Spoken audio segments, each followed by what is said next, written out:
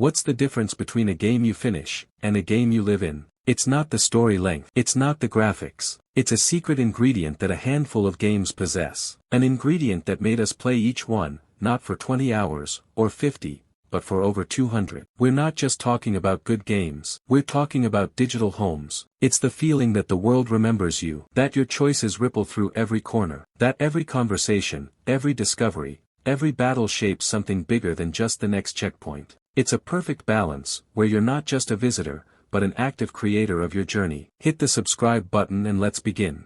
Resident Evil 4, The Art of the Dance. This is Leon S. Kennedy's nightmare. A remote Spanish village, infected by a parasitic cult. His mission is simple, rescue the president's daughter. But his journey is a brutal, beautiful dance. The genius of Resident Evil 4, crafted by Shinji Mikami, isn't in its 15-hour story. No, the real game begins when the credits finish rolling. This is the moment the game looks you in the eye and whispers a challenge. It shows you your rank. It teases you with powerful new weapons. It dares you to come back, to do it better, to do it faster. This is where the dance is perfected. Because Resident Evil 4 isn't a horror story you experience once. It's an album you learn by heart. You know every beat, every note. The village square ambush, the claustrophobic cabin fight, the terrifying water hall in Salazar's castle. On your first playthrough, these are moments of pure survival. You're scrambling, desperate. But on your 10th, you are the conductor of the chaos. You move with a predator's grace. You know where every enemy will spawn. You know the exact rhythm to stagger a ganado and deliver a devastating roundhouse kick. Unlocking professional mode turns this dance into a deadly ballet. Enemies are faster, smarter, more brutal. The game you thought you mastered reveals new layers of depth. It becomes a personal test of skill,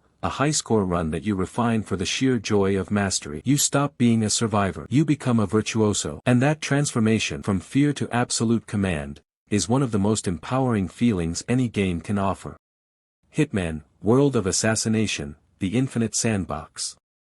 And then, there is a different kind of home. A home that is not a linear path, but a sprawling, living playset. This is the world of Agent 47. A mission in Hitman can be finished in 10 minutes. A lucky push, a silenced pistol shot from a balcony. But to finish a mission is to miss the point entirely. The true magic of Hitman happens the moment you restart a level, not because you failed, but because you just thought of a better way. A more clever way. A more hilarious way. This is a game that rewards not just patience, but genius. It trains you to see the world not as a backdrop but as a complex, clockwork machine. Every NPC is a cog. Every conversation is a clue. A hidden keycard, a loose pipe, a suspiciously placed fuse box. These are your tools. The guided, mission stories are like the instructions in a Lego set. They show you one way to build it. But the real joy, the hundreds of hours of joy, comes from tearing that set apart and building something that is uniquely, brilliantly yours. And just when you think you know every secret of every map, the game introduces Freelancer, a roguelike mode that strips away your safety net. Random targets, limited gear. Suddenly, the playground you've mastered becomes unpredictable,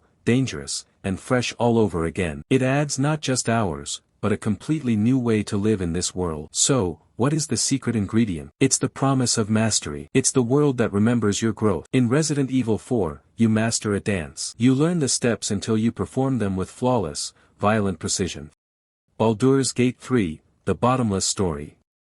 This is Baldur's Gate 3, a cinematic epic where a mind flayer parasite in your head is the least of your problems. Your first playthrough is a sprawling, 120-hour epic. But here's the secret, it's just one version of the story. The true magic of this game reveals itself in a quiet, devastating moment. A major story beat unfolds in a way you never expected, all because of a small, seemingly innocent choice you made hours, even days, earlier. This is when you realize this isn't a story you're being told. It's a story you are writing. Every conversation is a branch in the road. Every hidden passage holds a secret that can alter a destiny. Think of it as the greatest, choose-your-own-adventure book ever written, with thousands of pages you can never read in one sitting. Even resting is an act of storytelling. Every time you long rest at camp, you're not just recovering health, you're turning the page, unlocking new scenes, new confessions, new relationships. It's a fractal narrative, where every decision splinters into 1,000 new possibilities. You start a new game not to see the story again, but to answer that haunting question: what if I had chosen differently?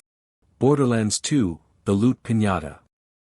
And then, there's Pandora, a world that operates on a much simpler, but no less addictive principle. If Baldur's Gate 3 is a bottomless novel, Borderlands 2 is that perfect, worn-out album you and your friends can't stop playing. It's a loot-driven power fantasy, a cooperative carnival of chaos. The main story is a 30-hour riot, but the game you live in begins when you hit the level cap. This is the moment you realize your character build is incomplete. You need the perfect gear, the legendary shield that synergizes with your skills, the rifle that turns bosses into paste. This is the grind. This is the hunt. And it's a social one. Grinding for loot with friends isn't a chore, it's a night out. It's the joy of cracking open a pack of trading cards, over and over, chasing that one legendary card that completes your entire collection. Entering Ultimate Vault Hunter mode turns this fun shootout into a strategic war where you must master mechanics like slag damage just to survive. It transforms from a simple shooter into a complex game of optimization and teamwork. Elden Ring, the unending exploration.